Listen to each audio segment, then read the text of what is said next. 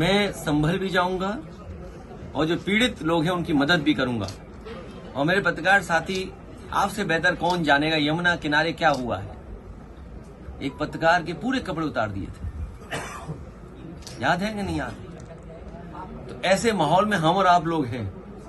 संभल के लोगों की मदद हो, उनको न्याय मिले, और उसके लिए हमें चाहे लोकसभा में सवाल उठाना पड़े या लगातार हम लोगों को उसके लिए लड़ाई लड़नी पड़े, हम लोग संभल के लोगों को न्याय दिलाना चाहते हैं। उन्हें न्याय मिलेगा। जो संविधान या जो आर्टिकल कहता है प्लेसेस ऑफ वर्शिप एक्ट, उसको भी नहीं सरकार मान रही है। क्या खोदना चाहते हैं आप? मुझे तो ये समझ में नहीं आ रहा, भारतीय जनता पार्टी को कैलाश पर्वत नहीं दिखाई दे रहा है, मानसरोवर नहीं दिखाई दे रहा। इन भारतीय जनता पार्टी के लोगों से कहो कि चलो मानसरोवर की ओर, चलो कैलाश पर्वत की ओर, हम आपका साथ देंगे। हो अगर हिम्मत उनमें हो, उनमें बहादुरी, तो चल के दिखाएं।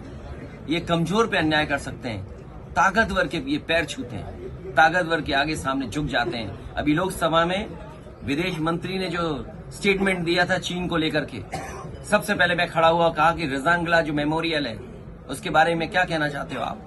सरकार रेजांगला मेमोरियल के बारे में नहीं कह पा रही। मैं आपसे कहता हूं, ये जितने भारतीय जनता पार्टी के नकली देशभक्त घूम रहे हैं उनसे पूछिए, चीन की सीमा पर रेजांगला जो मेमोरियल बना था, चीन की फौज ने आकर के तोड़ दिया, क्या ये भारतीय जनता पार्टी के लोग उसी जगह पर रेजांगला मेमोरियल बनवाएंगे कि नहीं बनवाएंगे? और मैं ये दावा करता हूं आपसे, भारतीय जनता पार्टी के लोगों का कोई जवाब नहीं होगा।